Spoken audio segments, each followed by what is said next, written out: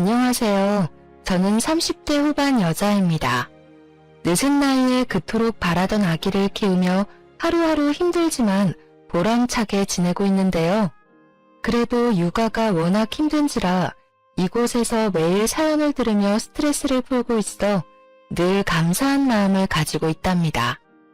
누구나 가슴속에 말 못한 사연 하나는 품고 있기 마련이잖아요. 저도 천사 같은 아이를 품에 안을 때까지 참 우여곡절이 많은 인생을 지내왔답니다. 남편에게도 차마 말하지 못했던 이야기를 이 자리를 빌어 여러분께 들려드리고 아직도 마음에 남은 응어리를 풀어내고 싶은 바람이 드네요. 제 이야기를 한번 들어주시겠어요? 저는 몇 년 전에 아주 어릴 때부터 살던 고향을 떠나 근처 대도시에서 새로운 삶을 시작하게 되었답니다. 이곳에 오기 전까진 흔히 농촌에서 볼 수 있는 주택에서만 쭉 살아왔는데요. 지금은 남편과 돌이 막 지난 아기와 아파트에서 사는데 정말 편리하고 좋은 것 같아요. 좀 더 일찍 용기를 내서 큰 도시로 와서 살 걸 후회를 할 정도랍니다. 아파트 주변에 웬만한 편의시설이나 프랜차이즈도 다 있으니까 아기와 돌아다니기도 좋아서 매일 산책을 하고 있어요. 그날도 오랜만에 남편이 쉬는 날이라 같이 동네에 나가서 외식도 하고 기분 좋게 집으로 걸어오고 있는 참이었죠. 저 멀리서 땅콩빵을 구워 파는 노점이 보이는데 순간 너무 반갑더라고요. 요즘에 붕어빵도 진짜 찾기 쉽지 않은데 제가 평소에 제일 좋아하던 땅콩빵이라니 신이 나서 남편을 이끌고 사 먹으러 갔어요. 머리와 수염이 덥수룩한 아저씨가 만드시고 있었는데 행색이 너무 초라해서 먹어야 되나 위생 걱정에 순간 고민이 살짝 되더라고요. 아저씨, 땅콩빵 3,000원어치 주세요. 그때 고개를 푹 숙이고 있던 아저씨가 저를 보는데 저는 심장이 오그라들 만큼 너무 놀라고 말았답니다. 바로 제 전남편이었기 때문이죠. 당신이 여기로 어떻게? 정말 당신 맞지? 저는 너무 당황해서 뒷걸음을 쳐서 멀뚱하게 서 있던 남편의 소매를 끌고 이 자리를 벗어나려고 했어요. 그런데 갑자기 전남편이 제 앞에 무릎을 꿇고는 제 발목을 팍 잡는 게 아니겠어요? 전남편은 유모차에 앉아있는 아기와 지금의 남편을 번갈아 바라보며 눈물을 글썽거리더라고요. 저 아이가 정말 당신 아기인 거야? 당신이 이렇게 사는 줄 몰랐네. 여보, 늦었지만 날 용서해 줄 순 없을까? 누가 당신이고 여보예요? 진짜 미친 사람이네. 여보, 얼른 가자. 몇 년 만에 전남편을 만나니 그때의 악몽이 머릿속을 어지럽게 스쳐가면서 심장까지 빠르게 뛰더라고요. 그날은 어떻게 집에 왔는지 기억이 나지 않을 정도로 정신이 없었답니다.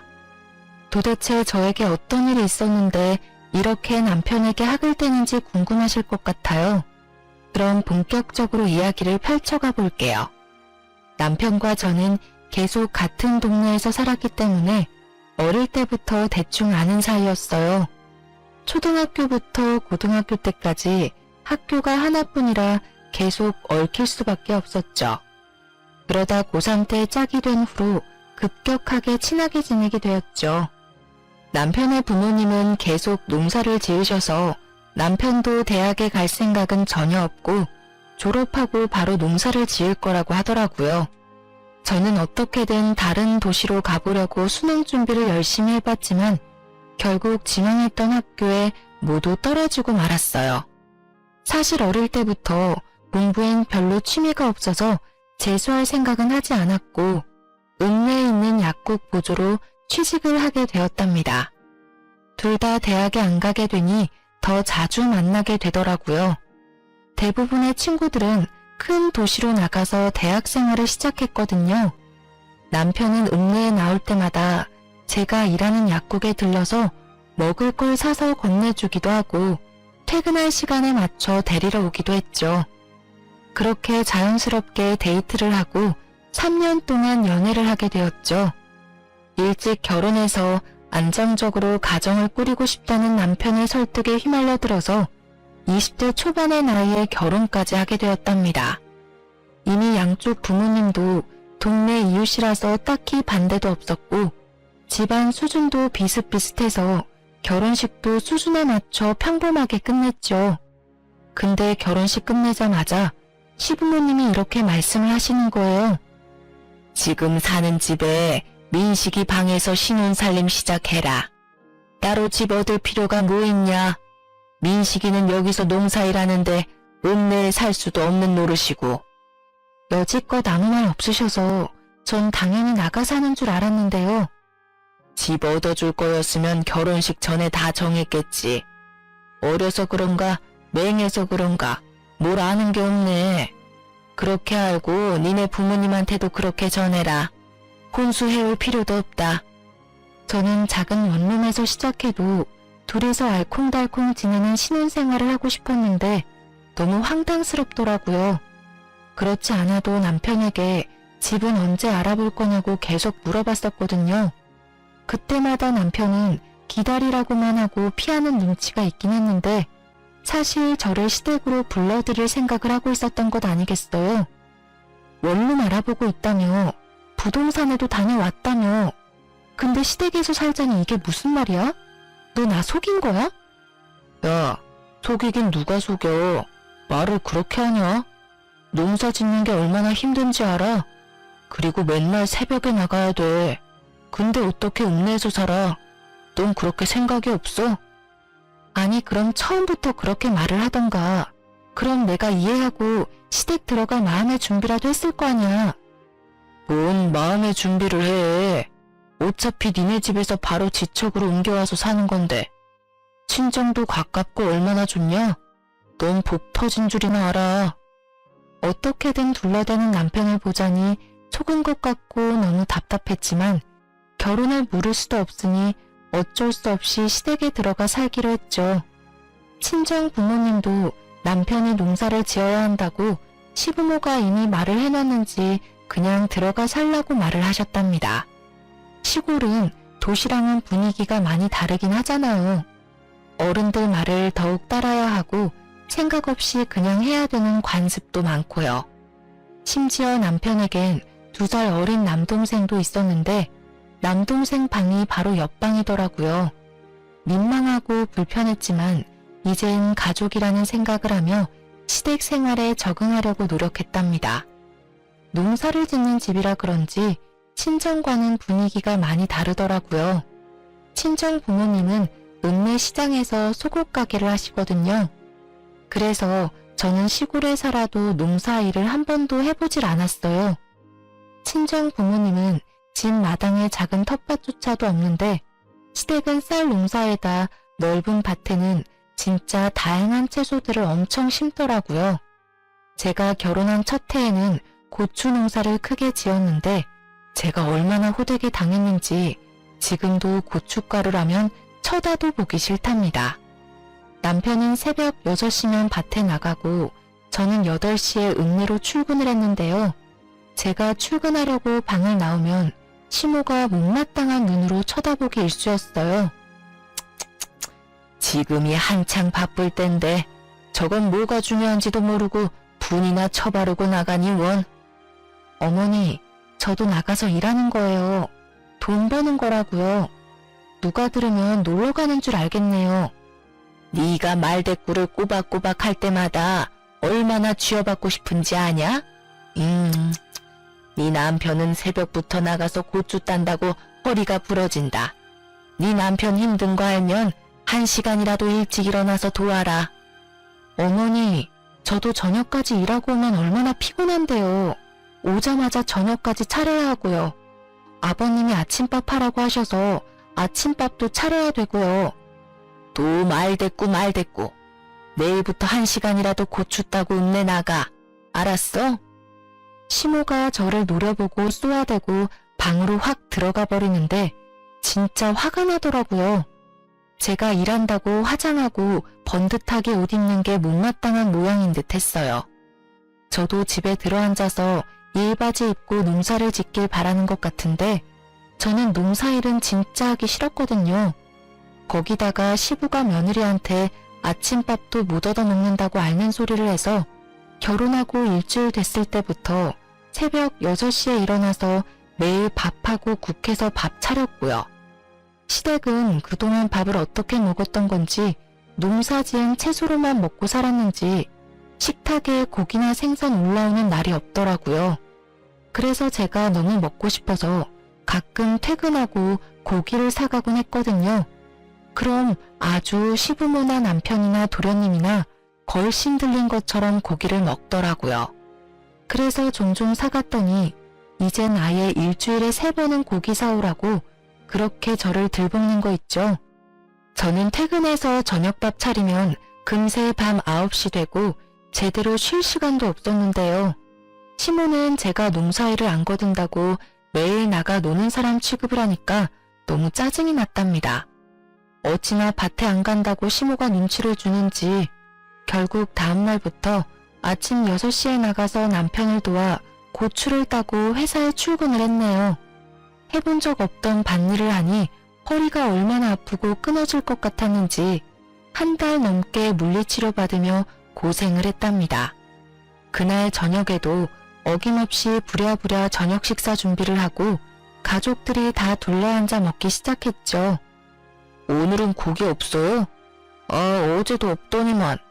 평수, 오늘 돼지고기 좀 사오지. 맨 다 풀밭이네. 그래, 넌 맨날 돈 번다고 읍내 나가서는 고기 한 근을 못 사오니? 네 남편도 밭일하는데 얼마나 힘을 쓰는데. 네, 내일은 사올게요.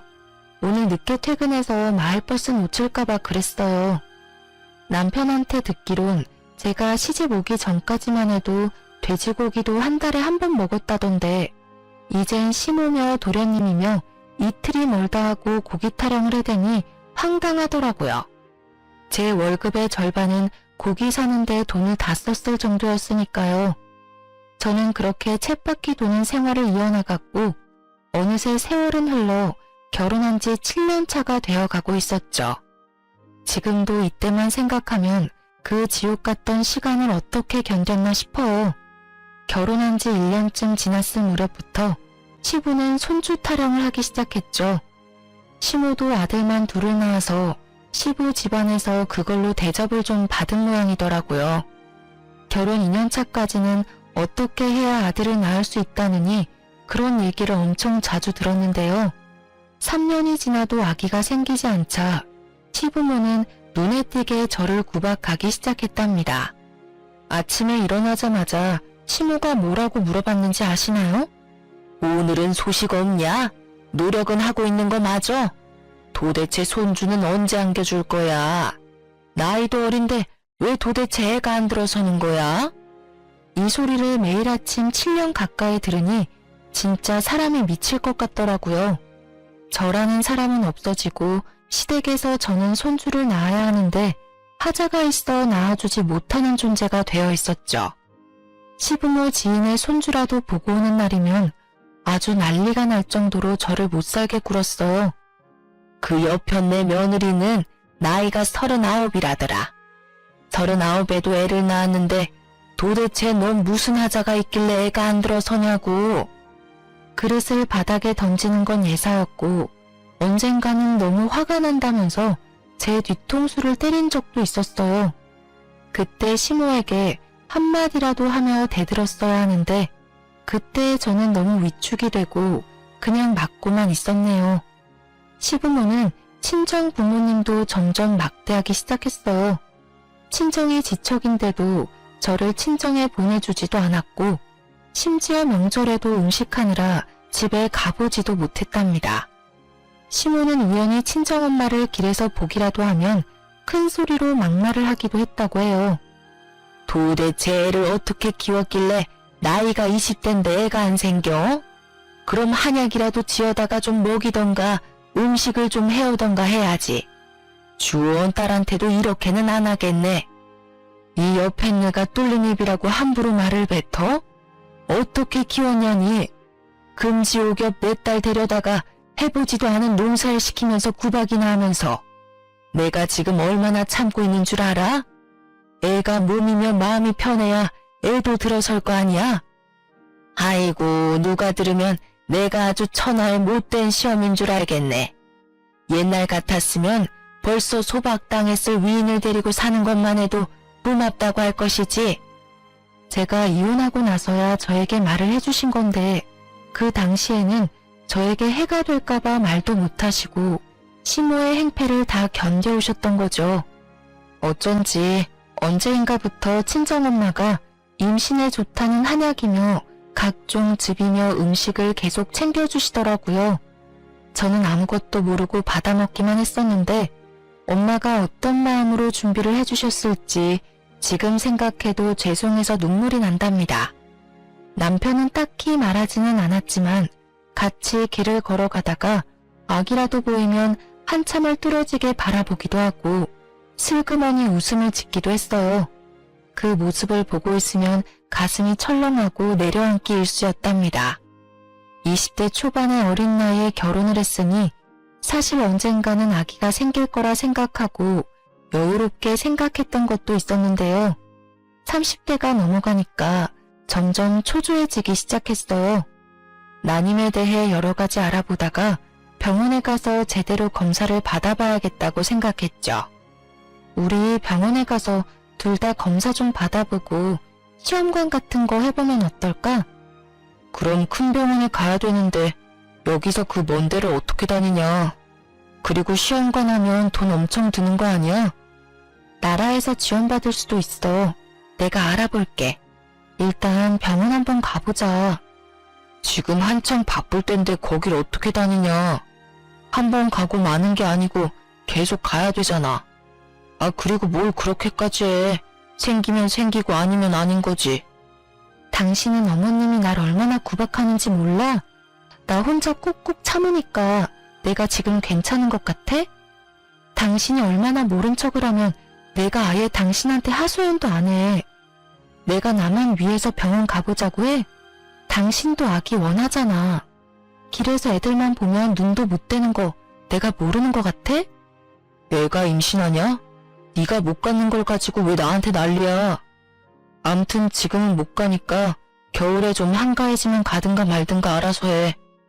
남편은 성질을 내며 대화를 끝내버리더라고요.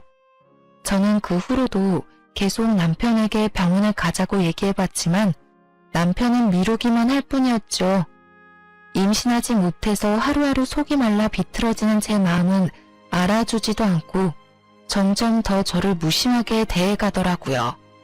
친구에서 연인이 되어 오랜 기간을 사귀면서 우리 둘 사이에는 누구도 끼어들지 못할 친밀함이 있다고 늘 생각해 왔었거든요. 서로만 아는 비밀도 많고 공유한 추억도 어마어마하니까요. 하지만 결혼 생활은 정말 현실이었고 어느새 남편은 저와 대화도 피하고 집에선 핸드폰만 들여다보고 잠드는 날이 대부분이었답니다. 남편과 사이도 좋지 않은데 왜 아기를 가지려고 혼자 고군분투하고 있는지 점점 회의감이 들기 시작했죠.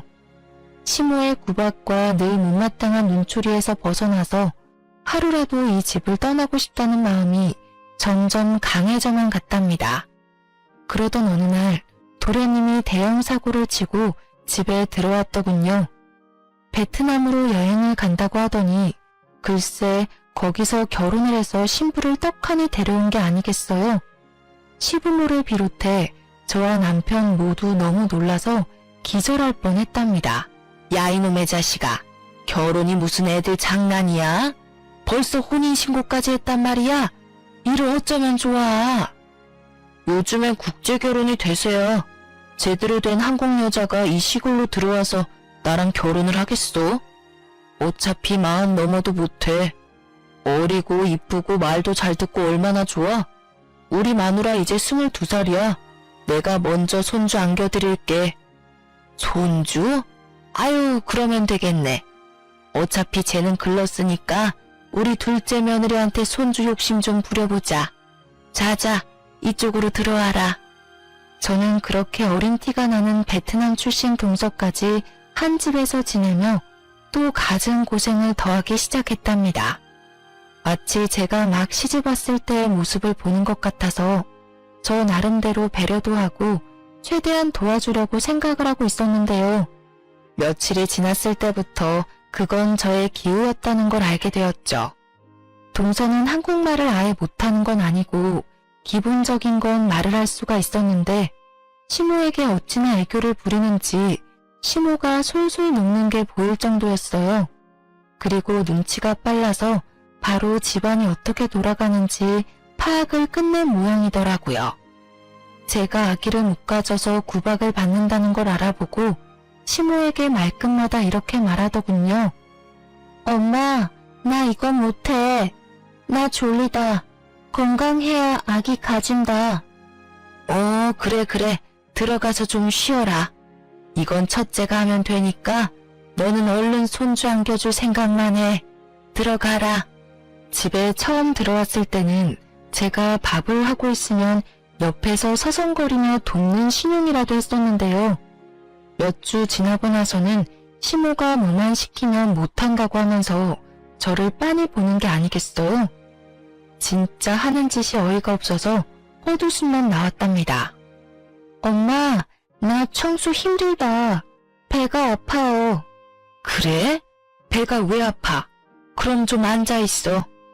야, 네가 마당 좀 쓸어. 저는 또 바보같이 대신 빗자루를 들고 마당을 쓸었죠. 도대체 그땐 왜 그랬는지 지금도 이해가 가지 않아요. 시모 옆에 딱 붙어 앉아서는 사과를 씹어 먹으며 청소를 하는 제 모습을 무표정으로 지켜보던 동서의 얼굴이 떠오르네요. 갓 시집온 동서에게까지 이런 푸대접을 받으니 더는 참을 수가 없이 화가 났죠. 저는 남편에게 하소연을 했지만 남편은 듣는 척도 하지 않았어요. 이제 하다하다 22살 동서한테까지 내가 구박을 받아야 돼? 도대체 왜 내가 이 집에서 이러고 살아야 돼? 나 더 이상 못 참아. 우리 나가 살아. 너는 어떻게 어린 재수씨보다 생각하는 게 어리냐? 여기서 나가면 어디서 살게? 돈은 있고? 그래, 그동안 당신이 피해와서 말도 못했는데 도대체 10년 가까이 살면서 어떻게 돈 한 푼 저축을 못해? 맨날 하루 벌어 하루 살아? 시댁에 돈 다 드리고? 농사가 다 그런 거지. 그럼 아버지 땅에서 농사 짓는데 나 혼자 홀랑 다 먹냐? 여기가 내 집인데 가길 어딜 가.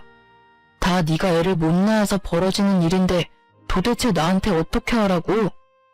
뭐? 말 다 했어? 애는 나 혼자 낳니? 너도 같이 노력을 해야 할 거 아니야. 술도 좀 줄이고. 웃기고 있네. 내 친구들은 나보다 술을 더 먹는데 다 애가 있는데 그건 어떻게 설명할래? 지가 문제 있는 걸 어디서 화풀이야? 에이씨. 남편이 저한테 말이라도 따뜻하게 해주고 공감해주려고만 했어도 이렇게 가슴이 미어지도록 서운하진 않았을 텐데요. 저는 모든 걸 제 탓으로만 미루는 남편에게 모든 정이 다 떨어져 버렸답니다. 시댁은 남편의 집이지 평생 청소하고 밥하며 살아도 절대 저의 집이 될 수는 없단 것도 확실히 깨닫게 되었어요. 저는 서서히 마음의 문을 닫아갔고 이혼을 절실히 생각하게 되었죠. 몇 달이 흘러 시부의 생일이 다가왔고 시모는 출근하려는 제 팔목을 딱 잡고 말하더라고요. 오늘 아버지 생신인데 뭔 일을 한다고 난리야. 오늘 하루 일 나가지 말고 장 봐다가 생신상 딱 차려드려. 알았어? 어머니, 그럼 미리 말씀을 하시던가 어떻게 오늘 당장 일을 빠져요. 아니면 저녁에 다들 읍내 나오세요. 오랜만에 갈비 먹으러 가요 그럼. 이게 아주 야가 빠져가지고는 밥하기 싫다고 수쓰는 거냐? 네가 갈비거리 사다가 직접 재서 만들 생각은 안 하고 내가 약국에 전화하리? 망신 한번 당할래? 충분히 직장에 전화해서 고래고래 소리를 지를 시모의 성격을 알기에 저는 어쩔 수 없이 하루 병가를 내고 생신상을 차려야만 했답니다. 해야 할 게 너무 많아서 동서를 불러서 같이 하자고 옆에 세워뒀는데요. 제가 말하는 걸 못 알아듣는 척 하면서 자꾸 딴 척만 하는 거예요. 심지어 제가 시킨 일을 반대로 해놔서 제가 또다시 해야 하니까 손만 더 가고 너무 화가 났답니다.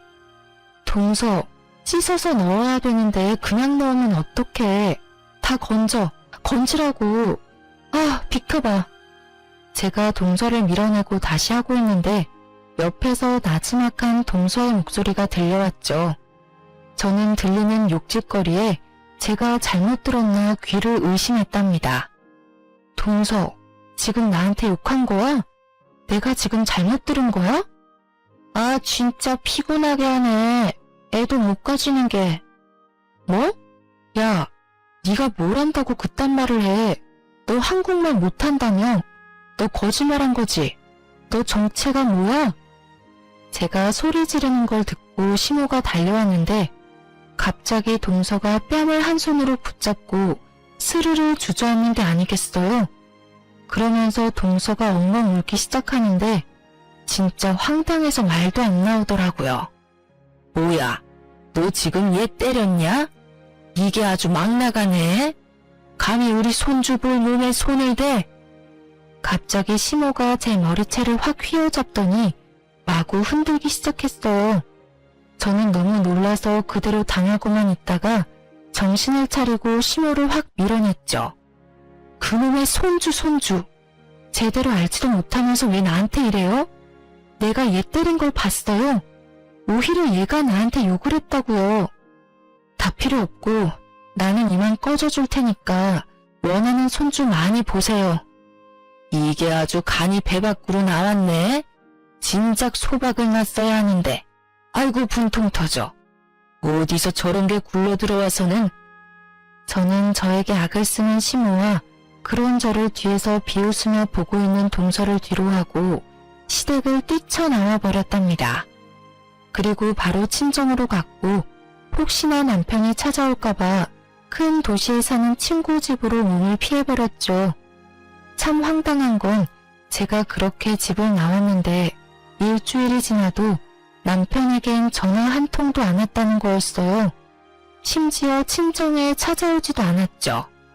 친정 부모님도 분해하시면서 당장 시댁으로 쳐들어가겠다고 하시는 걸 제가 간신히 말릴 정도였어요. 그렇게 일주일이 더 지나고 저는 친구 집에서 나와 친정으로 돌아갔어요. 제가 온 걸 어떻게 알았는지 심호가 친정집으로 찾아왔더라고요. 너 우리 아들한테서 당장 떨어져. 며느리라는 게 집 뛰쳐나가고 누구한테 배운 짓거리야? 이참에 아주 잘 됐어. 우리 며느리가 아주 잘 아는 동생 소개시켜준단다. 우리 아들도 어린 여자 만나서 자식도 낳고 살게 당장 이혼해. 어머니한테 들었던 얘기 중에 가장 반가운 소리네요. 바로 이혼할 테니까 다신 우리 집 근처에 발길도 들이지 말아요. 알았어요? 저는 이미 이혼을 생각하고 있었기에 오히려 이렇게 심호가 헤어지라고 하니 고마운 마음이 들 정도였죠. 그리고 마치 짠 것처럼 남편의 전화가 걸려오더라고요. 다음날 커피숍에서 남편을 만나게 되었답니다. 우리 그만하자. 이혼하고 너도 너대로 편하게 살고 나도 이제 그만 시달리고 싶다. 너 때문에 집안 조용할 날이 없다. 누가 들으면 내가 큰 잘못이라도 한 줄 알겠네. 나야말로 그 지옥 같은 집구석에서 해방시켜줘서 고마울 정도네. 채장가 간다며? 어디 한번 얼마나 잘 사는지 보자. 저는 남편의 얼굴에 제 도장을 찍어둔 이혼 서류를 던져버리고 커피숍을 나왔답니다. 그렇게 합의 이혼을 했고 집도 남편 명의가 아니었고 가진 것도 없었기에 재산 분할은 민망할 정도로 작은 액수만 받을 수 있었어요. 하지만 그런 건 상관없었답니다. 저는 10년 가까이 새벽에 일어나 아침밥하고 밤 늦게까지 설거지하고 청소까지 하고 잠드는 그 집의 식모였거든요. 더 이상 그 짓을 하지 않아도 된다니 이것보다 큰 위자료가 어디 있겠어요. 오히려 친정 부모님이 저를 대신해서 엄청 속상해 하셨답니다. 그 집구석에서 10년을 식모처럼 살았는데 돈 1,000만 원도 못 받고 나온다는 게 말이나 되니? 막말로 쫓아내는 머슴한테도 이렇게는 안 하겠다. 얼마 안 되는 돈 받으려고 그 집이랑 더 얽히는 거 싫어요. 기다린다고 돈이 나올 구멍이 있는 것도 아닌데요. 돈이야 내가 충분히 벌어서 살 수 있으니까 너무 걱정하지 마세요. 엄마야말로 다신 그 집과 연락하지도 마시고요. 저는 완전히 새롭게 인생을 시작하고 싶었어요. 그래서 큰 도시에 작은 원룸을 얻어 이사를 갔답니다. 밤낮으로 구인 공고를 보고 면접을 보면서 몇 주가 지났고 정말 다행히도 중소기업의 사무직으로 취직이 되었죠. 월급은 그리 많지 않았지만 저 혼자 소소하게 즐기며 생활하기에는 충분했어요. 오로지 저만을 위한 시간을 보내는 게 얼마나 오랜만인지 하루하루가 소중하게 느껴지는 나날을 보냈답니다. 그렇게 1년 정도의 시간이 흘렀고 저는 이혼의 아픔을 조금씩 회복해 나가고 있었어요. 그러다가 같은 부서에서 근무하는 대리님과 점점 친해지게 되었는데요. 사적으로 만나 밥도 먹으며 데이트하는 데이트를 이어나갔죠. 대리님도 저처럼 이혼을 하고 혼자 살고 있어서 그런지 통하는 점도 많았고 전 남편과는 다르게 지적이고 다정한 면에 호감이 가더라고요. 조심스레 연애를 시작했고 1년 만에 용기를 내어 재혼을 하게 되었답니다. 사실 재혼하게 된 더 큰 이유가 있었는데 제가 혼전 임신을 하게 되었기 때문이에요. 10년 가까이 그토록 바래왔던 아기가 이렇게 쉽게 찾아오다니 믿기지가 않았죠. 아직 결혼도 하기 전이라 불안한 기분이 들어서 또 마냥 행복할 수도 없는 제 자신에게 실망을 하기도 했고요. 혼자 며칠을 고민하다가 결국 지금의 남편에게 조심스럽게 털어놓았죠. 남편이 아기를 원하는지 원하지 않는지 알 수 없어서 혼자 최악의 상황까지 생각하고 말이죠. 나 임신한 것 같아. 사실 진짠지 아닌지 믿기지가 않아. 사실 내가 아기를 갖지 못해서 이혼을 한 거였거든. 난 정말 기쁜데 우린 아직 결혼 이야기도 제대로 한 적이 없으니까 자기는 어떨지 모르겠어. 그게 진짜야? 나야 정말 고맙고 기쁘지.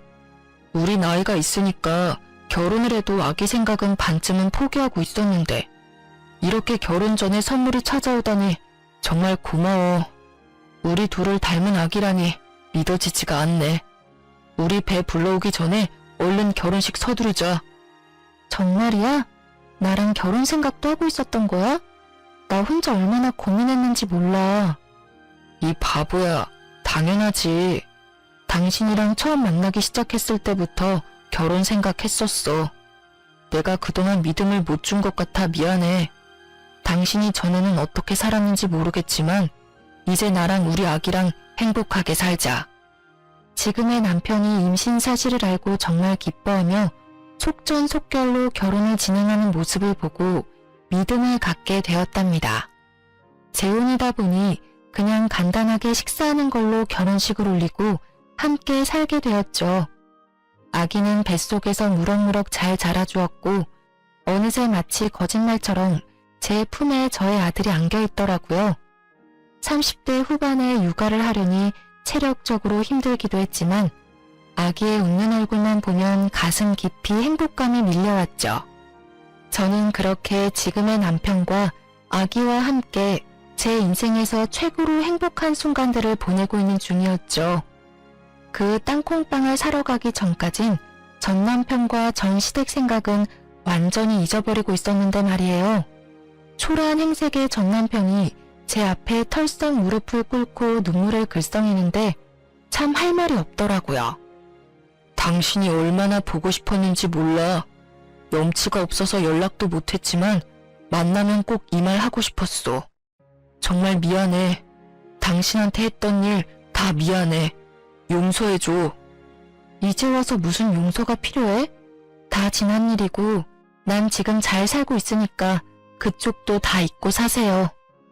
저 아기 정말 네 아기인 거야? 정말 잘됐다. 나에게 다시 돌아올 수는 없겠지? 참나, 혼자 아침 드라마 찍으세요? 무슨 말도 안 되는 소리를. 저리 비켜.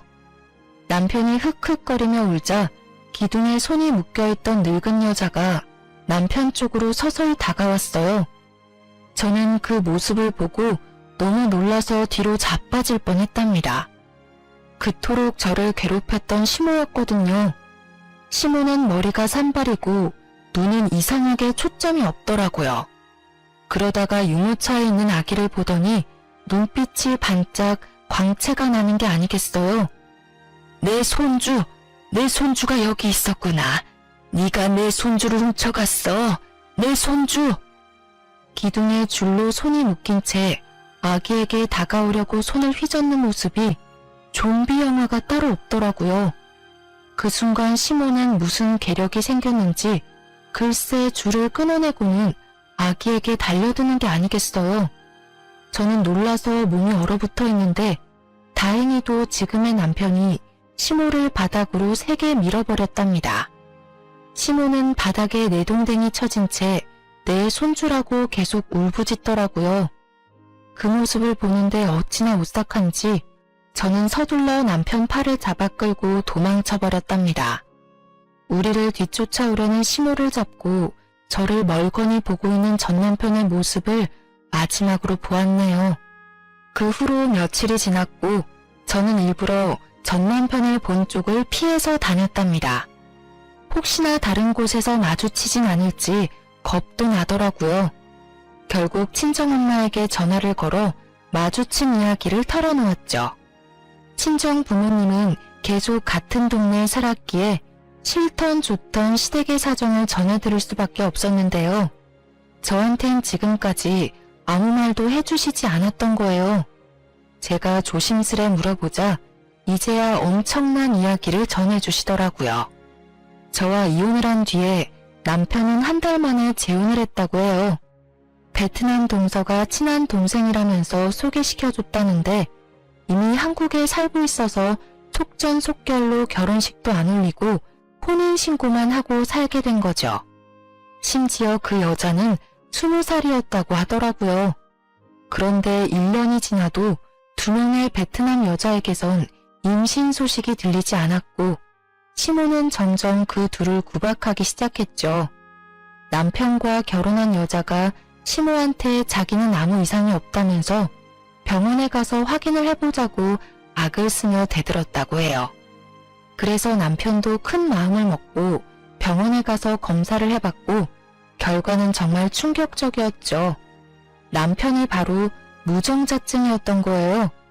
그것도 모르고 10년 동안 그 모진 구박을 참으며 버텼던 제가 얼마나 바보 같았던지요. 전 남편 멱살이라도 끌고 검사를 하러 갔어야 했는데 말이에요. 지금 생각해보면 만약 그때 알았다고 해도 이혼이라는 결과는 똑같았을 것 같긴 하지만요. 남편은 검사 결과를 믿지 못해서 다른 병원에서도 해봤는데 같은 결과가 나오자 농사일까지 다 접고 술만 마시면서 집에 틀어박혀 있기 시작했답니다. 시부모는 그런 남편을 어쩌지도 못하고 농작물 수확도 못해 당장 쓸 생활비도 없는 지경까지 갔다네요. 그러나 더 큰 일이 닥쳤답니다.